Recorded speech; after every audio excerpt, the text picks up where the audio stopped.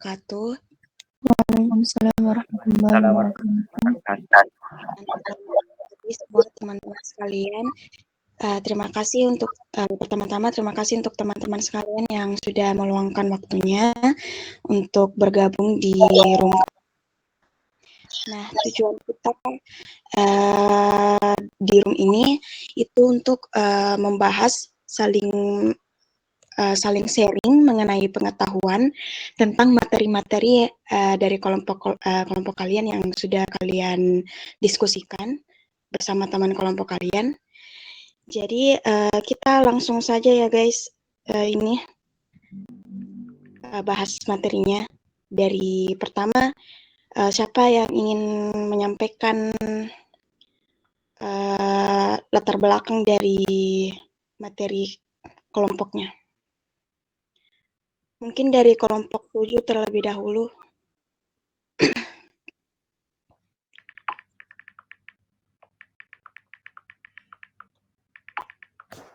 Apakah dari kelompok 7 ada yang ingin bersedia untuk menyampaikan materinya?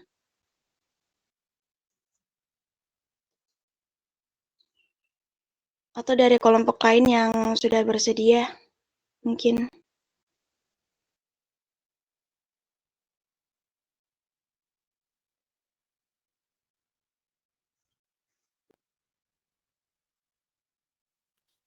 Oke, baik. Dari kelompok 2. Oke, dipersilakan kepada kelompok 2. Sebelumnya saya akan membacakan tentang sejarah Macintosh. Macintosh atau disingkat Mac adalah salah satu jenis komputer personal berbasis PowerPC yang diproduksi oleh Apple. Komputer ini dinamakan berdasarkan Macintosh, jenis apel yang disukai Jeff Raskin. Macintosh diperkenalkan pertama kali pada bulan Januari 1984 lewat iklan Super Bowl yang fenomenal. Macintosh adalah komputer pertama yang memperkenalkan sistem antarmuka garis grafis. Pada waktu itu, langkah yang dilakukan Apple adalah sebuah perkembangan revolusioner dalam dunia komputer personal. Pembuatan Mac merupakan suatu wujud model integrasi vertikal yang mana Apple memfasilitasi seluruh aspek perangkat keras dan juga sistem operasinya yang terinstal di dalam sebuah komputer Mac. Hal ini berbeda dengan komputer tipe PC pada umumnya, di mana banyak produsen membuat dan mengintegrasikan perangkat keras dengan sistem operasi yang dibuat oleh produsen lain. Sementara itu, Apple secara eksklusif membuat perangkat keras Mac dan mengatur bagaimana sistem internalnya, desain, dan juga harganya. Tidak hanya itu, Apple juga tidak melisensikan Mac OS X untuk komputer non-Apple. Mungkin itu yang bisa saya sampaikan terkait sejarah Macintosh. Oke, terima kasih Nadine atas penyampaiannya. Mungkin dari kelompok 2 ada lagi yang ingin ditambahkan dari anggota lainnya?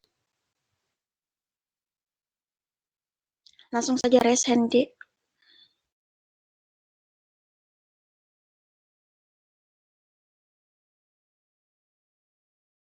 Oke, kalau begitu dari kelompok lain ada yang mau ditanyakan ke kelompok ini, kelompoknya Nadine, kelompok 2.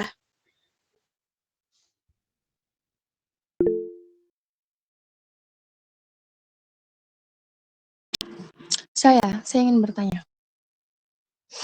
Oke, dipersilahkan.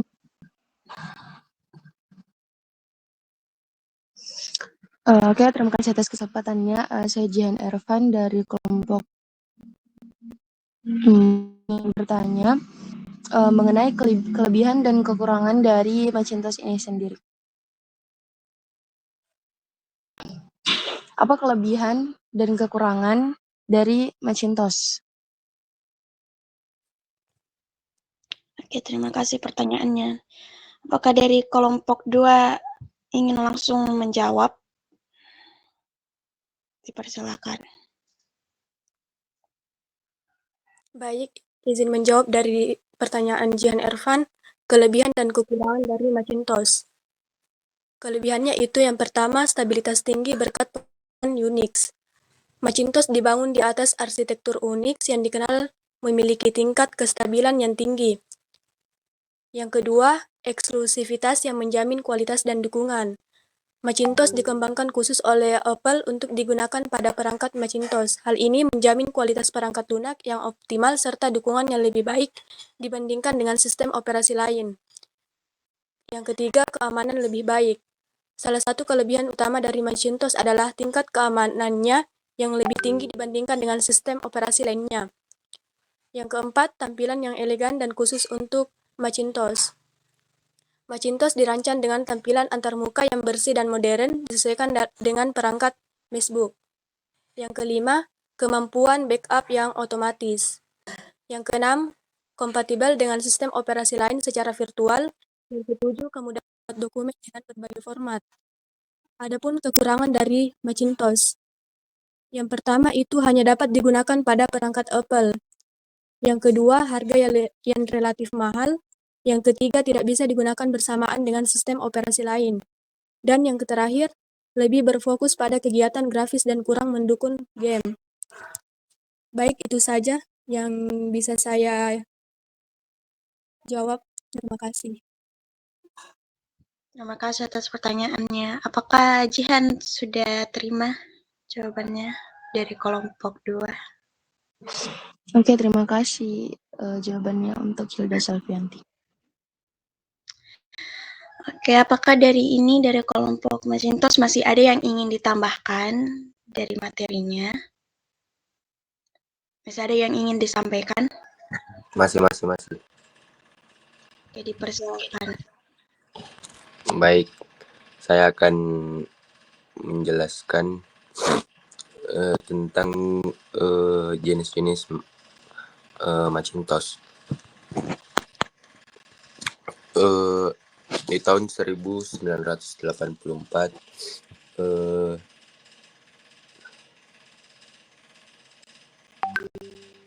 namanya itu Macintosh 128K dan Macintosh 512K. Tahun 1986 ada Macintosh Plus. Di tahun 1987 ada Macintosh 2 dan Macintosh SE. Di tahun 1988 ada Macintosh LLX. Di tahun 1989 ada Macintosh SE 30, Macintosh LLCX, Macintosh LLCI, dan Macintosh Portable. Tahun 1990 ada Macintosh LLFX, Macintosh Classic, Macintosh LLSI, dan seri Macintosh LC. Di tahun 1991 ada Macintosh Quadra dan PowerBook. 1992 Macintosh LLVX dan PowerBook Duo. Di tahun 1993 ada Macintosh Centris, Macintosh Color Classic, Macintosh Performa, dan Macintosh TV. Di tahun 1994 ada Power Macintosh.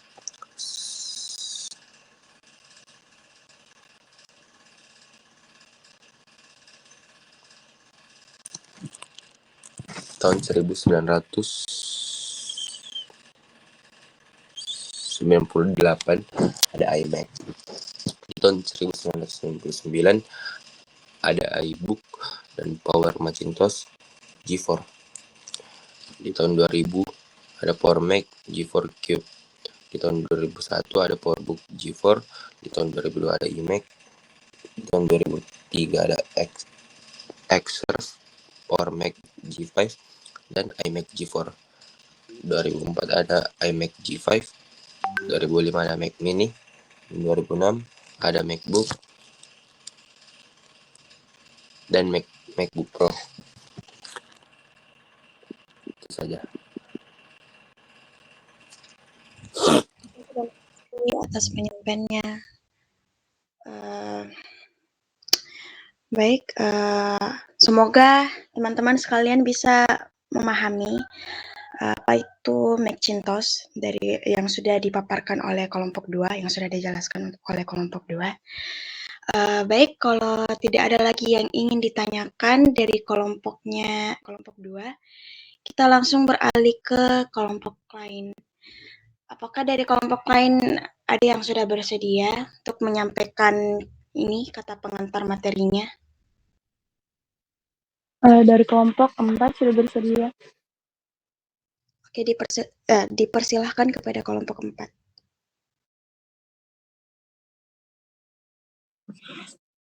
Oke, baik. Saya Jihan Ervan dari kelompok 4 akan membawakan sedikit pendahuluan dan juga sejarah dari sistem pengoperasian Android.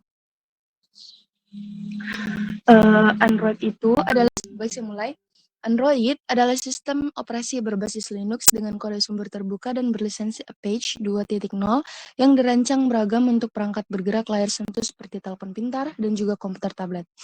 Android ini awalnya dikembangkan oleh Android Inc. Yang kemudian didukung dengan finansial dari Google. Google kemudian membelinya pada tahun 2005. Sistem operasi ini sendiri dirilis secara resmi pada tahun 2007 bersamaan dengan didirikannya Open Handset Alliance. Terus konsorsiumnya itu dari perusahaan-perusahaan perangkat keras, perangkat lunak, dan juga telekomunikasi yang bertujuan untuk memajukan standar terbuka perangkat seluler. Adapun ponsel Android pertama itu dijual pada bulan Oktober 2008. Sejarah dari Android ini sendiri, ia didirikan pada Oktober 2003 di Palo Alto, California oleh Andy Rubin, Rich Miner, Nick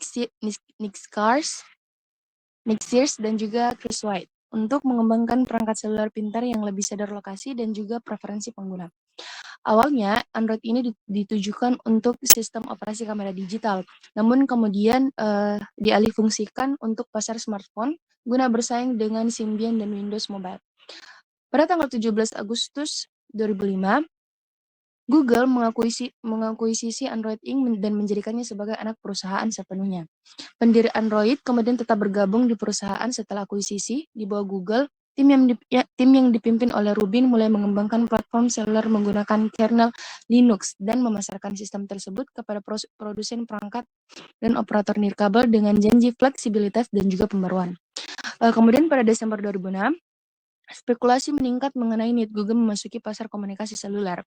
Dengan adanya laporan bahwa mereka akan bekerja sama untuk menyertakan aplikasi dan juga mesin pencari di perangkat seluler. Media kemudian meliput dan melaporkan pengembangan perangkat dengan merek Google dan mengindikasikan bahwa spesifikasi teknisnya telah ditentukan oleh Google. Kemudian pada Desember 2007, Google pun mengajukan beberapa aplikasi paten di bidang telepon seluler. Sekian dari saya. Terima kasih. Oke, terima kasih kepada kelompok Android ya, sudah menyampaikan pengantarnya mengenai definisi dari Android. Sebelum dilanjut, apakah dari kelompok lain ada yang ingin ditanyakan kepada kelompok Android seputaran materi Android?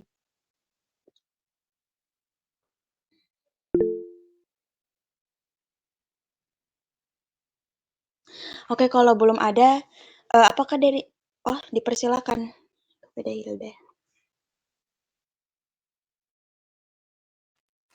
Baik, izin bertanya. Jelaskan jenis-jenis Android.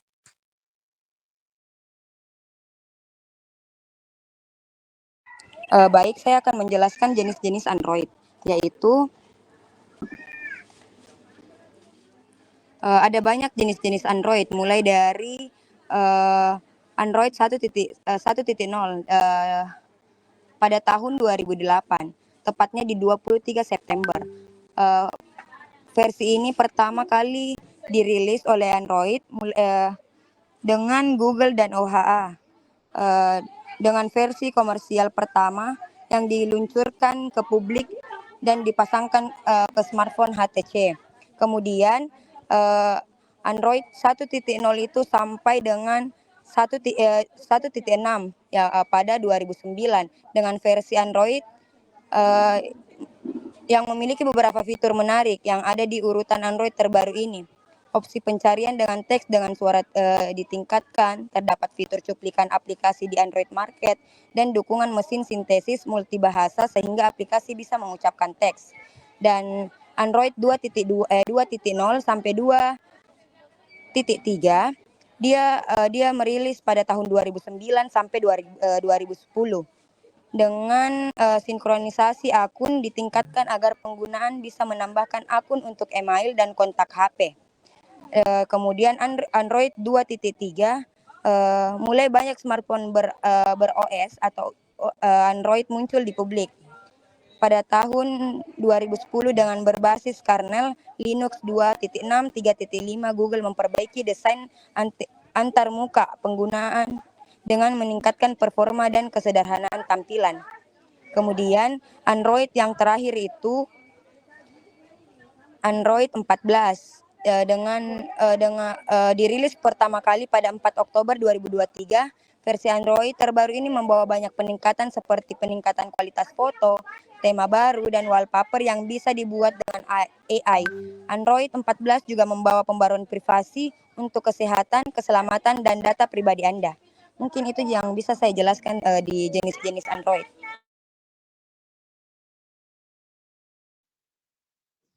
Oke, terima kasih atas jawabannya. Untuk Hilda Selvianti, sudah terjawab nih pertanyaannya. Ya, makasih. Oke, untuk kelompok Android, masih ada yang ingin ditambahkan dari yang sudah disampaikan?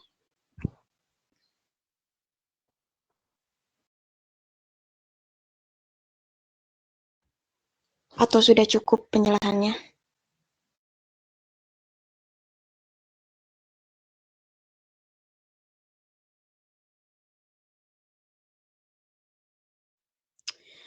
Oke, kalau belum ada kita langsung lanjut ke kelompok lain saja. Semoga teman-teman bisa memahami apa yang disampaikan teman-temannya dari kelompok 4 ya. Kita langsung lanjut ke kelompok terakhir, yaitu kelompok 7 yang membahas tentang Harmony OS. Harmony OS. Dari teman-teman, siapa yang ingin menyampaikan duluan? Saya. Jadi persilakan Firman. Oke, Harmony OS yang sering disingkat sebagai HMOS adalah sistem operasi inovatif yang dikembangkan oleh Huawei, perusahaan teknologi terkemuka asal Cina. Dikenalkan pertama kali pada tahun 2019, Harmony OS dirancang dengan tujuan untuk menghadirkan integrasi yang lebih baik antar perangkat dalam ekosistem Internet of Everything atau IoE. Berbeda dengan sistem operasi tradisional seperti Android dan Windows yang berfungsi secara mandiri pada perangkat tertentu, Harmony OS memiliki fleksibilitas untuk beroperasi di berbagai jenis perangkat.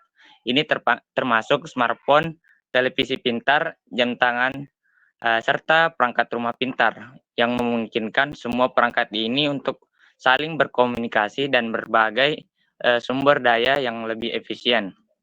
Nah, di tengah dominasi sistem operasi Android, iOS dan Windows menghadirkan alternatif baru bernama Harmony OS, dilatar belakangi oleh kebutuhan akan sistem operasi yang lebih fleksibel dan aman.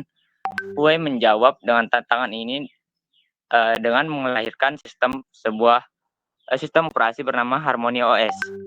Harmony OS lebih dari sekedar sistem operasi. Ini adalah sebuah ekosistem yang menghubungkan sebuah perangkat mulai dari smartphone hingga perangkat IoT. Dengan fokusnya pada interkoneksi dan kolaborasi, Harmony OS membuka potensi baru dalam dunia teknologi. Mungkin itu yang bisa saya sampaikan. Oke, terima kasih Firman atas penyampaiannya mengenai definisi singkat dari Harmony OS. Kebetulan saya dari kelompok 7 juga, saya akan menjelaskan kepada teman-teman sekalian mengenai sejarah singkat dari Harmony OS ini. Jadi teman-teman, Harmony OS ini pertama kali diperkenalkan oleh Huawei pada tanggal 9 Agustus 2019 di konferensi pengembang mereka di negara Cina. Nah, awalnya sistem operasi ini dikenal dengan nama Hongmeng. Jadi Huawei menciptakan Harmony OS sebagai sistem operasi yang bisa digunakan di berbagai perangkat seperti smart TV, jam tangan pintar, dan sistem hiburan mobil. Jadi Harmony OS ini berbeda dari Android. Harmony OS ini tidak menggunakan Linux atau kode sumber Android, melainkan dia dibangun dengan sistem sendiri yang lebih fleksibel dan ringan. Jadi tujuan utamanya Huawei adalah membuat ekosistem teknologi yang lebih terhubung dan efisien, terutama pada perangkat IoT atau Internet of Things. Nah, pada tanggal 10 September 2020, Huawei juga meluncurkan Harmony OS versi 2.0 yang mulai dikembangkan untuk smartphone. Jadi versi beta pertama dirilis pada tanggal 16 Desember 2020 yang memungkinkan pengembangan mencoba dan menyesuaikan aplikasi mereka dengan sistem ini. Jadi Huawei secara resmi merilis Harmony OS 2.0 dan mulai menggunakannya di perangkat baru mereka. Sehingga lebih banyak pengguna bisa merasakan manfaat dari sistem operasi ini. Jadi teman-teman, singkatnya itu Harmony OS adalah sistem operasi buatan Huawei yang dirancang agar lebih terintegrasi dan cocok untuk berbagai perangkat, bukan hanya untuk smartphone saja. Itu sejarah singkat yang dapat saya sampaikan mengenai Harmony OS. Sebelum saya lanjutkan kepada rekan saya yang ingin menjelaskan, apakah dari kelompok lain ada yang ingin ditanyakan mengenai Harmony OS seputaran materi yang kami sampaikan? Silakan langsung raise hand atau berbicara.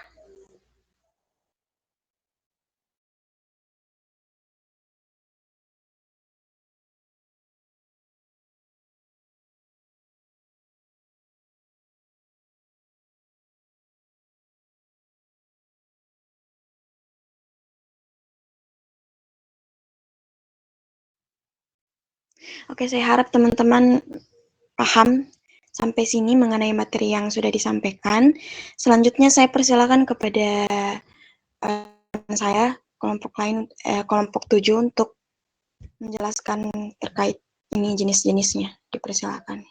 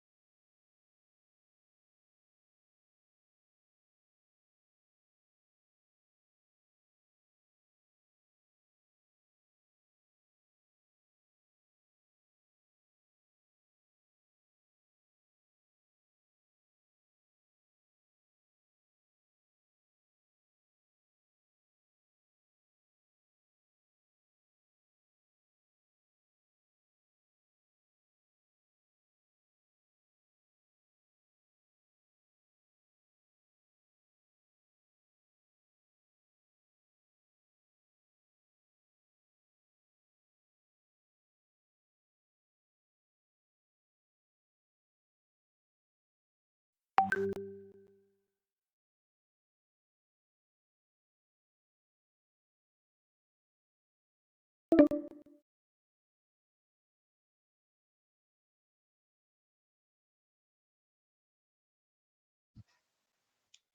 terima kasih atas penyampaiannya. Apakah dari teman-teman kelompok lain ada yang mau ditanyakan? Atau ada yang tidak dimengerti?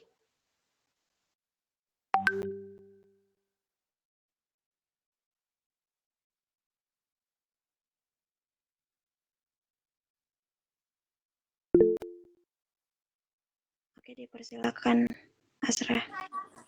Boleh dijelaskan Kak sedikit tentang apa bedanya Harmony OS 2.1 sama Harmony OS 2.2?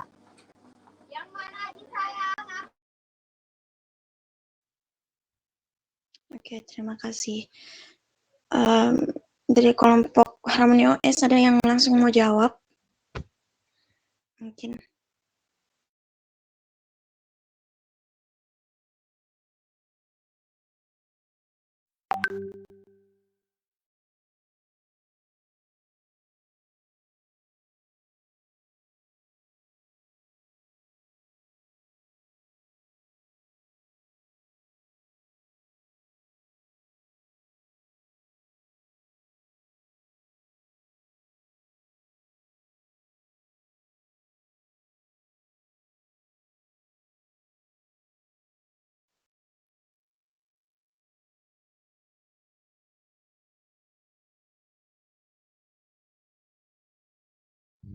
Oke, Hasra, apakah pertanyaannya sudah terjawab? Iya, makasih. Ya.